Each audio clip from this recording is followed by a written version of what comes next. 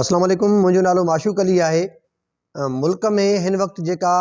सूरत हाल आहे, जीअं जीअं इलेक्शन जा ॾींहं वेझो थींदा वञनि पिया, तीअं तीअं जेका त सियासी सरगर्मियूं जेको तेज़ थींदियूं वञनि पियूं ऐं जेके प्लान जेके जुड़ियल हुया उन्हनि खां जेका त आसे आसे हाणे पर्दा खजंदा वञनि पिया ऐं जेके हक़ीक़तूं आहिनि उहे आश्कार थींदियूं वञनि पियूं। ऐं जिन धुरियुनि पारां मुस्लिम लीग नून जे सरबराह नवाज़ शरीफ़ खे चोथों भेरो मुल्क जो वज़ीर आज़म बनाइण जो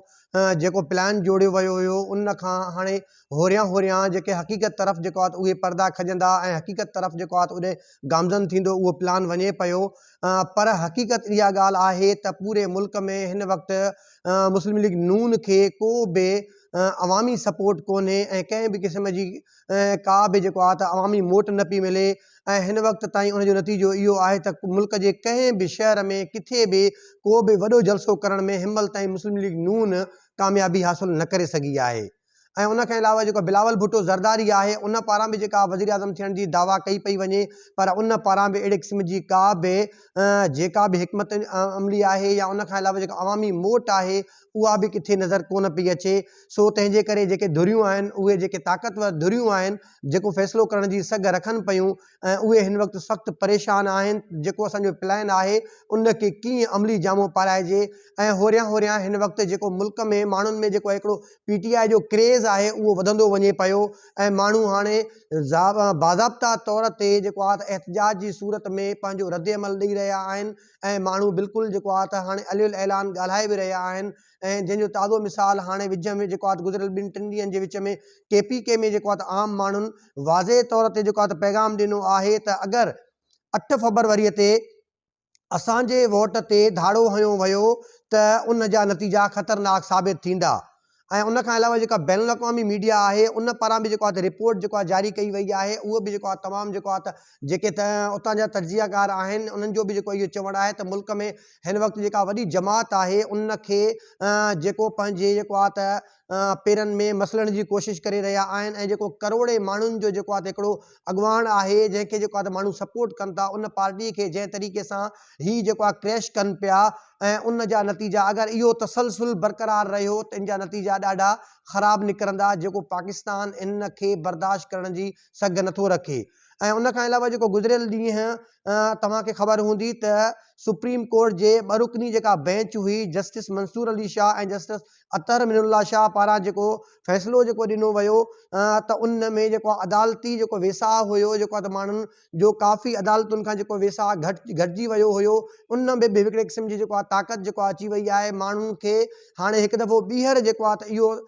तासुर क़ाइमु करण में जेको आहे त आसानी आहे या जेको आहे त माण्हू इहा ॻाल्हि कंदे नज़र अचनि था त अदालतुनि में अञा इंसाफ़ आहे। कल्ह के फ़ैसिले जे हवाले सां तव्हांखे ॿुधाईंदो हलां त 2 रुकनी जेका बेंच हुई उन जेको आहे त कल्ह फ़ैसिलो ॾिनो जंहिंमें जेको आहे सनम जावेद आहे त पाकिस्तान तहरीक इंसाफ़ जी जेका मुस्लिम लीग नून जी जेका ऑर्गेनाइज़र आहे मरियम नवाज़, उनजे ख़िलाफ़ जेका इलेक्शन विढ़े पई उन जा जेको आहे काग़ज़ात नामज़दगी रद्द कया विया हुया। ऐं उन खां अलावा ॿियो आहे जेको आहे शौकत बसरा ऐं उनखे अलावा साबिक़ वज़ीर आला आहे परवेज़ इलाही ऐं उन खां अलावा जेका ॿिया खोड़ सारा जेके नाले वारा माण्हू हुया जिन खे जेको आहे त रोकियो वियो हुयो इलेक्शन जेको आहे त कॉन्टेस्ट करण खां, ऐं उन्हनि खे जेको आहे त सुप्रीम कोर्ट जे 2 रुकनी बेंच पारां इलेक्शन कॉन्टेस्ट करण जी इजाज़त ॾिनी वई आहे। हाणे ॾिसण जी ॻाल्हि इहा आहे त जिन जा काग़ज़ात नामज़दगी RO DRO रद्द कया, उन खां बाद में ही जेको आहे त वीचारा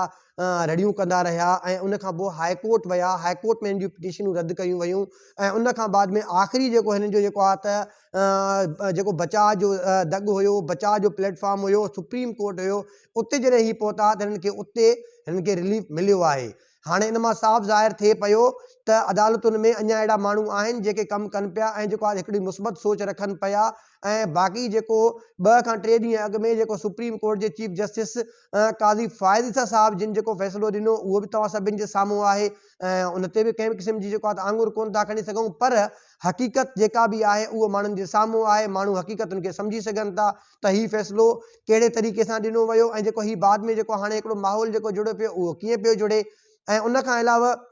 सभ खां वॾी ॻाल्हि आहे त जेको आहे मुल्क में जेका सूरत हाल आहे, पाकिस्तान पीपल्स पार्टी पारां जेके ख़ासि तौर ते बलूचिस्तान ऐं सिंध में जेका वर्क मुहिम हले पई ऐं उन में जेको आहे तमामु तेज़ी आंदी वई आहे ऐं भली अवाम तरफ़ां उन्हनि खे मोट केतिरी बि मिले, पर पाकिस्तान पीपल्स पार्टी जे चेयरमैन बिलावल भुट्टो ज़रदारी पारां जेको आहे त जंहिं अज़म जो इज़हार कयो वञे थो त इन में को बि शक न आहे त पाकिस्तान पीपल्स पार्टी में हिन वक़्तु बिलावल भुट्टो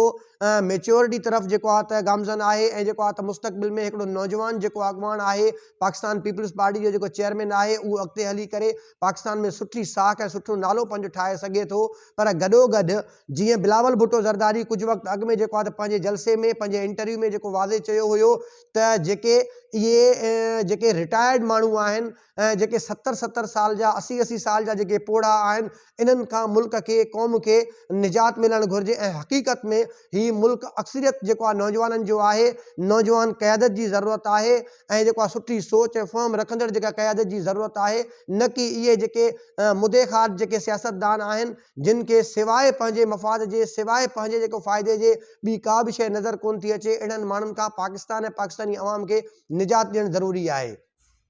ऐं अॼु मां तव्हां सां हिकिड़ी ॿी जेको आहे त ॻाल्हि बि शेयर कंदो हलां त बैन अक़वामी सतह ते जेको असांजी पाकिस्तान में जेको आहे इलेक्शन जो जेको माहौल हले पियो, इन में जेको आहे त हिकिड़ो वॾो जेको सान्हो यकीन जेको मुसलसल जेको आहे उम्मत मुस्लिमा जे लाइ जेको आहे त मथे जो सूर बढ़ियल आहे, ऐं जेको तकलीफ़ आहे जेका दिलि में, जेको बि असांजो कलमा गू आहे ऐं मोहम्मद करीम सल्लल्लाहु अलैहि वसल्लम जिन जे मथां जिन जो ईमान आहे, उन्हनि खे जेको आहे त पंहिंजे हर मुस्लमान भाउ जे लाइ जेको आहे त दुख बि थींदो, उनजो जज़्बो बि रखंदड़ आहे। मां ॻाल्हि कयां थो फ़लस्तीन ऐं इसराइल जी, जेको आहे त गुज़िरियल काफ़ी महीननि खां वठी जेका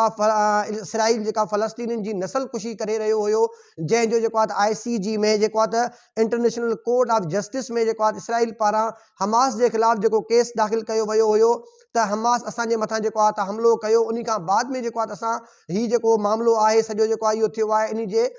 रिएक्शन में असां सॼो जेको आहे इहो कयो आहे, जेको असां इहो हमिलो कयोसीं या जेके माण्हू मारिया विया उन में। पर बशमूल पाकिस्तान ऐं तुर्की जे मुसलमान मुल्कनि मां कंहिं में बि एतिरी जुरत ऐं अख़लाक़ी ऐं हिम्मत कोन थी जो उन केस खे परसू कनि ऐं उते ICG में जेको आहे ICJ में वञी उते जेको आहे त इसराइल खे जवाबु ॾियनि। पर जेको सभ खां पोइते पयल मुल्क आहे, उन उम्मत मुस्लिमा जो ॻाठ ऊचो कयो आहे, उहो मुल्क केरु आहे? उहो साउथ अफ्रीका आहे, जंहिं तमामु मुस्लिम दुनिया जो ॻाठ ऊचो कयो आहे। उन पिली अख़्तियार कई ICJ में त जेका नस्ल कुशी आहे उहा इसराइल तरफ़ां कई वई आहे, ऐं हुन इहा ॻाल्हि कोन कई त तव्हां हमास त तव्हांजे मथां हमिलो कयो या तव्हां हमास खे जवाब में इहो कयो आहे। हुन इहा ॻाल्हि कई त हमास जो हिते मामिलो ई कोन्हे, इसराइल जेको हमिलो कयो आहे फ़लस्तीनियुनि जे मथां कयो आहे, जेके हज़ारे मासूम ॿारड़ा ऐं नौजवान ऐं पोड़ा जेके उते जेको आहे शहीद थी चुका आहिनि, ऐं 1200 खां वधीक जेके इमारतूं आहिनि हिन तबाह कयूं आहिनि। ऐं हिन हमास खे जवाबी कार्रवाई जी आड़ में हिननि मुकमिल तौर ते गज़ा शहर खे तबाह कयो आहे, ऐं उन खां बाद में हिन हज़ारे फ़लस्तीनियुनि जी जेको आहे नस्ल कुशी कई आहे। हिन जी नस्ल कुशी करण जे पोयां जेको हिन जो इंटेंशन आहे, हिन जो मक़सदु आहे फ़लस्तीनियुनि खे मुकमिल तौर ते नेस्तो नाबूद करे जेका हिन जी सरज़मीन आहे उन जे मथां हमेशह हमेशह जे लाइ कब्ज़ो कयो वञे। ऐं इहा जेका ॿुधणी थी आहे गुज़िरियल ॾींहुं, इन ॿुधणी में जेको आहे त ICJ में जेके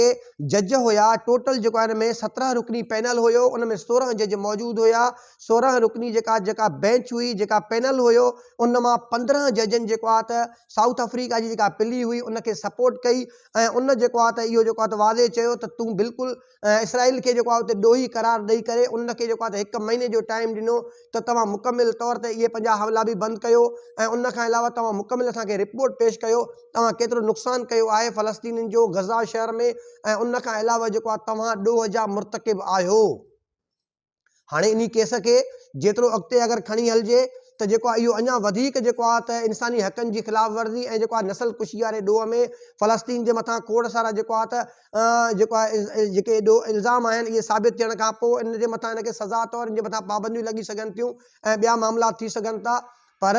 गॾोगॾु इहा सोचण जहिड़ी ॻाल्हि आहे त 75 सालनि जी तारीख़ में पहिरियों दफ़ो इसराइल खे जेका नाकामी मिली आहे ICJ में, इहा वॾी ॻाल्हि आहे, इहा का मामूली ॻाल्हि कोन्हे। ICJ जंहिंमें असर रसूख़ रखंदड़ जेको इसराइल जेको आहे उहो जेको आहे त मुल्क आहे जेको पूरी दुनिया में दुनिया जे मथां जेको आहे त हुक्मरानी कंदो आहे इनडायरेक्ट तरीक़े सां, जेको उन्हनि जे जेको आहे त माण्हू जेके आहिनि या जेको आहे त उन्हनि जी जेको लॉबिंग हूंदी आहे पूरी दुनिया ते जेको आहे त उनजी हुक्मरानी आहे। उनखे ICJ में 15 जज हिकिड़े पासे, 2 जज हिकिड़े पासे, 15 रुकनी पैनल उनजे ख़िलाफ़ जेको फ़ैसिलो ॾिए थो, इहा उम्मत मुस्लिमा जी ऐं जेको आहे जेका इंसानी हक़नि सां मुहबत रखंदड़, इंसान सां मुहबत रखंदड़ ऐं जेका बि मख़लूक आहे, जेके बि मुल्क आहिनि, उन सभिनि जी फ़तेह आहे। सो ॾिठो वञे त जेको आहे त ईंदड़ ॾींहंनि में अञा वधीक जेके मामलात आहिनि उहे अञा जेके साम्हूं ईंदा ऐं पाकिस्तान जी सियासत में ॾींहों ॾींहुं तब्दीलियूं ईंदियूं वञनि थियूं। मुंहिंजो फेसबुक ते जेको पेज आहे माशूक अली खोसो नाले सां, उनखे वधि खां वधि फॉलो कयो, लाइक कयो, कमेंट कयो ऐं मुंहिंजो यूट्यूब चैनल आहे माशूक खोसो ऑफिशियल, उनखे सब्सक्राइब कयो, बेल आइकन जो बटण आहे उनखे दॿायो, जीअं वधि खां वधि जेके अपडेट्स आहिनि तव्हां ताईं पहुची सघनि। वरी नए प्रोग्राम ताईं पंहिंजे मेज़बान माशूक अली खोसो खे इजाज़त ॾींदा। वॾी महिरबानी।